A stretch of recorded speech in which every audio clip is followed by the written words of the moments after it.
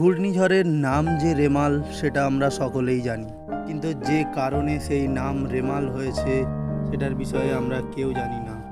অদ্ভুত পৃথিবীর এই পর্বে আমরা সেই সম্পর্কেই জানব। ঘূর্ণিঝড় রেমালের নামকরণ করেছে ওমান, আরবিতে যার অর্থ বালি। অবশ্য এই নামে ফিলিস্তিনের গাজা থেকে 1.7 কিলোমিটার দূরে একটি শহর রয়েছে। এবার ধেয়ে আসতে পারে এই রেমাল, তবে কতটা ভয়াবহ হবে সে ঝড় তা এখনও স্পষ্ট হয়নি। তাপপ্রবাহের মধ্যে চোখ রাঙিয়ে দিচ্ছে ঘূর্ণিঝড় রেমাল।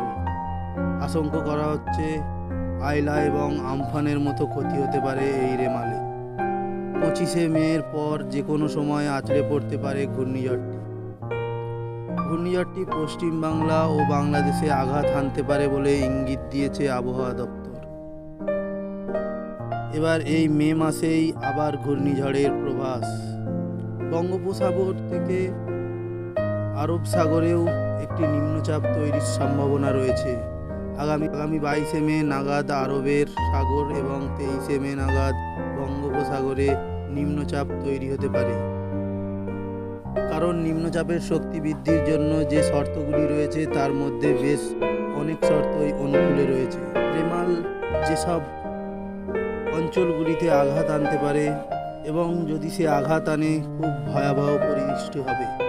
দিল্লির মৌসুম ভবনের তরফে জানানো হয়েছে বঙ্গোপসাগরে ঘূর্ণিঝড় সৃষ্টির কার্যক্রম তৈরি হয়ে গেছে, যা আরও শক্তিশালী হয়ে উঠতে পারে সবার সামনে। এখন প্রশ্ন হলো, সেটি কি ঘূর্ণিঝড়ে পরিণত হবে? ঘূর্ণিঝড়ে পরিণতি হলে কোথায় আছড়ে পড়বে? মৌসুম ভবনের তরফে জানানো হয়েছে আগামী 23শে মে দক্ষিণ পূর্ব বঙ্গোপসাগর ও সংলগ্ন আন্দামান সাগরে একটি নিম্নচাপ তৈরি হতে পারে, যা 24শে মের পরে দক্ষিণ পূর্ব বঙ্গোপসাগর ও সংলগ্ন উত্তর আন্দামান সাগরে গভীর নিম্নচাপে পরিণতি হওয়ার সম্ভাবনা। পরে সেটি আরও শক্তিশালী হয়ে উঠতে পারে, যা এগিয়ে যেতে পারে উত্তর ও উত্তর পূর্ব। কলকাতার আলিপুর আবহাওয়া দপ্তরের আঞ্চলিক কর্মকর্তা জানিয়েছেন আপাতত কোনো লক্ষণ তৈরি হয়নি, ফলে এই মুহূর্তে একেবারেই হলফ করে বলা যাচ্ছে না। আগে লক্ষণ তৈরি হোক বঙ্গোপসাগরে, তারপরই বোঝা যাবে যে আদেও সেটি ঘূর্ণিঝড়ে তৈরি হবে। কানাডার সাস্কুচুয়ান বিশ্ববিদ্যালয়ের আবহাওয়া ও জলবায়ু বিষয়ক পিএইচডি গবেষণা জানিয়েছেন বঙ্গোপসাগর ঘূর্ণিঝড় সৃষ্টি হয় মূলত বর্ষা মৌসুম শুরুর আগে।